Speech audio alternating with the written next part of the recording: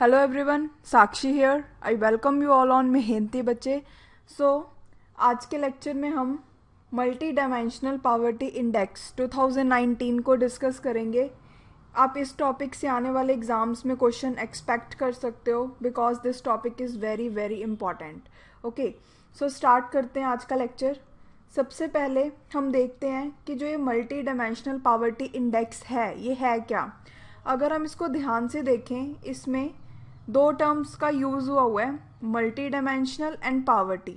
मतलब इसका ये है कि जो ये मल्टी डायमेंशनल पावर्टी इंडेक्स है इसमें हम पावर्टी को तो देखेंगे, पावर्टी को मेजर करेंगे, बट अलग अलग डायमेंशंस में. जनरली हम रिच और पुअर को कैसे डिफाइन करते हैं, on the basis of money. Okay, but जो ये वाला इंडेक्स है इसमें सिर्फ मनी को या आप बोल सकते हो इनकम को ही कंसीडर नहीं किया गया, और भी बाकी के फैक्टर्स को देखा गया है. ओके, इसलिए इस इंडेक्स का नाम है मल्टी डायमेंशनल पावर्टी इंडेक्स. अब इसमें आपको कौन कौन सी चीज़ें पता होनी चाहिए जिससे पेपर में क्वेश्चन आ सकता है, अब उसका डिस्कस करते हैं. सबसे पहले जो ये इंडेक्स है उसको रिलीज़ किसने किया है, तो आपने याद रखना है इस इंडेक्स को रिलीज़ किया है यूनाइटेड नेशन डेवलपमेंट प्रोग्राम ने and the Oxford Poverty and Human Development Initiative, इन दोनों ने मिलके इसको रिलीज़ किया है. तो फर्स्ट पॉइंट आपको ये याद रखना है बिकॉज इसके बारे में पूछेंगे अलग अलग एग्जाम्स में. ओके, सेकंड, अब ये है क्या चीज़. बेसिकली ये इंटरनेशनल लेवल पे एक मेजर किया गया है पावर्टी का. जैसे मैंने आपको बताया कि मल्टी डायमेंशनल पावर्टी का मतलब क्या है. बेसिकली इसमें इंटरनेशनल लेवल पे पावर्टी को अलग अलग डायमेंशन के बेसिस पे मेजर किया गया है.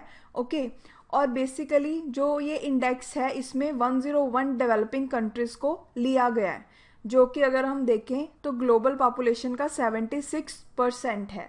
ओके, अब हम बात करते हैं कि जो ये मल्टी डायमेंशनल पावर्टी इंडेक्स है उसकी इम्पॉर्टेंस क्या है. ओके, इसको कंडक्ट क्यों किया गया. देखो, इसकी हेल्प से बेसिकली हमें ग्लोबल पावर्टी का पता लगेगा. ओके, और उसके अलग अलग डायमेंशंस का पता लगेगा, और हमें पता लगेगा कि जो हमारे सस्टेनेबल डेवलपमेंट गोल्स हैं उसमें अगर हम देखें सस्टेनेबल डेवलपमेंट गोल 1 क्या है, to end poverty in its all forms. Okay, हमें पता लगेगा कि एक्चुअल में कितनी प्रोग्रेस हो रही है सस्टेनेबल डेवलपमेंट गोल्स को अचीव करने में. ओके, उसके बाद नेक्स्ट इसमें ये पॉइंट है, it defines poor not only on the basis of income but other indicators including poor health, poor quality of work and the threat of violence. वही जो मैंने आपको स्टार्टिंग में बताया कि इसमें सिर्फ पुअर को इनकम के बेसिस पे पुअर नहीं बोल रहे, इसमें अदर फैक्टर्स भी इंक्लूड हैं, जैसे पुअर हेल्थ हो गया, पुअर क्वालिटी ऑफ वर्क हो गया, या फिर कितने ऐसे लोग हैं जो वनरेबल हैं वायलेंस से. ओके, जिनके साथ मारपीट होती है. सो अब हम देखते हैं नेक्स्ट इंपॉर्टेंट पॉइंट इसका जो है कि अब जो ये MPI है, ओके, इसको किस किस इंडिकेटर के बेस पे मेजर किया गया है. देखो, इंडिकेटर्स के बारे में अगर आपने UPSC का एग्ज़ाम देना है तो उसमें आपको पूछ सकते हैं. स्टेट के आपने पब्लिक सर्विस कमीशन के एग्ज़ाम्स देने हैं उसमें भी आपको पूछ सकते हैं. ओके, सो आपने जो इंडिकेटर्स हैं वो याद रखने हैं. सो अगर हम डायमेंशंस की बात करें, डायमेंशंस इसमें है 3. ओके, उन 3 डायमेंशंस को अलग अलग 10 इंडिकेटर्स में डिवाइड किया गया है. तो आपको सिंपल पेपर में क्वेश्चन आ जाएगा, which of the following is not the dimension of measuring MPI. Okay, so आपको ये याद रखना है कि इसमें 3 डायमेंशंस है, health, education and living standard. Okay, अब कईयों को शायद ये कंफ्यूजन आ रही होगी कि डायमेंशन और इंडिकेटर का मतलब क्या है. देखो, डायमेंशन क्या है, हमने एक अलग से कैटेगरी बना दी. ओके, और उस कैटेगरी को देखने के लिए कि एक्चुअल में उसमें कितनी डेवलपमेंट हो रही है उसको मेजर करने के लिए हमने अलग से उसमें इंडिकेटर्स बना दिए कि हमने ये वाली कैटेगरी को कैसे डिफाइन करना है. ओके, सो अगर हम हेल्थ की बात करें, हेल्थ में बेसिकली 2 इंडिकेटर्स हैं. पहला है न्यूट्रिशन और सेकंड है चाइल्ड मोर्टेलिटी.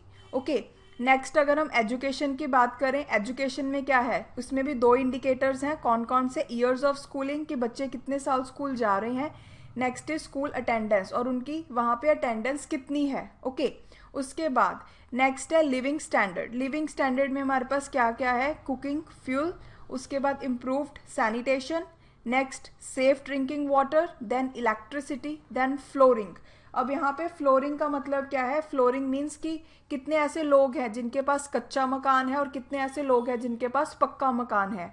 सो उसमें ये चीज़ भी काउंट कर रहे हैं। ओके, और नेक्स्ट इज एसेट ओनरशिप, उनके पास एसेट्स कितने हैं। ओके, सो मतलब हेल्थ को उन्होंने 2 इंडिकेटर्स में डिवाइड किया, एजुकेशन को भी उन्होंने 2 इंडिकेटर्स में डिवाइड किया, और लिविंग स्टैंडर्ड को उन्होंने 6 इंडिकेटर्स में डिवाइड किया। इसमें आपको डायमेंशंस को भी याद रखना है और इंडिकेटर्स को भी याद रखना है। अब हम कुछ फैक्ट्स डिस्कस करते हैं जिनके बारे में आपको पता होना चाहिए। सबसे पहला है कि जो ये MPI है इसने पॉवर्टी को असेस किया है इंडिविजुअल लेवल पे। ओके, ऐसे ओवरऑल लेवल पे नहीं देखा, इंडिविजुअल लेवल पे देखा है। उसके बाद सेकंड पॉइंट क्या है, जो हमने यहाँ पे 10 इंडिकेटर्स को डिस्कस किया। ओके, कोई भी ऐसा पर्सन जो कि डिप्राइव्ड है इन 10 इंडिकेटर्स में किसी 3 से या 3 से कम से, उसको क्या बोला जाएगा? उसको MPI पुअर बोला जाएगा। Okay, that is multi dimensionally poor. Okay, और इसमें क्या चीज़ आपको याद रखनी है? About 1.3 billion people are multi dimensionally poor across globe. अब यहाँ पे कंडीशन रख दी कि ऐसे लोग जिनके पास इनमें से किसी 3 इंडिकेटर्स नहीं है या 3 से कम नहीं है, तो उनको MPI पुअर बोला जाएगा। और हमने जो कंट्रीज में इसको कंडक्ट किया उसके बेसिस पे हमें पता लगा कि 1.3 billion people across the globe ऐसे हैं जो कि मल्टी डायमेंशनली पुअर हैं। उसके बाद आपको मेन बात यहाँ पे इंडिया के बारे में याद रखनी है। इंडिया की इसमें बहुत ही अच्छी इम्प्रूवमेंट देखने को मिली अगर हम पास्ट डेकेड की बात करें। ओके, इंडिया का बेसिकली जो MPI है वो 0.283 से 0.123 हो गया, और अगर हम नंबर्स में बात करें तो इंडिया में बेसिकली 271, ये आपको फिगर याद रखनी है, 271 मिलियन पीपल ऐसे हैं जो पिछले 10 सालों में पॉवर्टी से बाहर आए। ओके, उसके बाद आपको 2 पॉइंट्स और याद रखने हैं। अगर आपसे पूछा जाए इंडिया में ऐसी कौन सी स्टेट है जहाँ पे सबसे ज़्यादा इम्प्रूवमेंट देखने को मिली है, मीन्स जहाँ पे पॉवर्टी सबसे ज़्यादा रिड्यूस हुई है, तो कौन सी स्टेट है? झारखंड। आपको इसका नाम याद रखना है। और इसमें एक और बात बोली गई है, जो ये रिपोर्ट है इसमें दिखाया गया है कि एडल्ट्स के कंपैरिजन में जो चिल्ड्रन हैं वो सबसे ज़्यादा आजकल पॉवर्टी को फेस कर रहे हैं। ओके, अगर हम 10 इंडिकेटर्स की बात करें तो।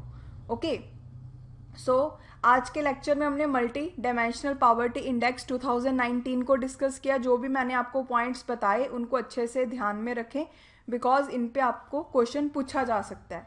सो जिन्होंने भी चैनल को सब्सक्राइब नहीं किया, सब्सक्राइब करें एंड बेल आइकन को क्लिक करें ताकि आने वाली वीडियोस की नोटिफिकेशन टाइम टू टाइम आपको मिलती रहे। Thank you so much. मिलते हैं नेक्स्ट लेक्चर में।